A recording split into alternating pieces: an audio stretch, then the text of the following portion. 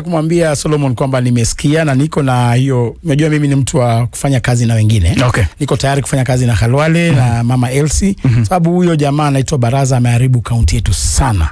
Sasa hivi wafanyakazi wa kaunti hawalipwi, halipi pesa ya statutory deductions za mshahara za wafanyakazi, housing levy halipi, pay as you earn halipi. Ukiangalia wale suppliers wa kaunti vile vile pia hawalipwi.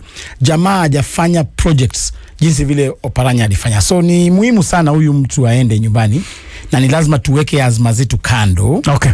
Tuseme it's not about me Cleophas Malala, but it's about the people of Kakamega being salvaged kutokana na ukora na ile uongozi duni. So are you willing to drop your ambitions za kuwania governor to support somebody else?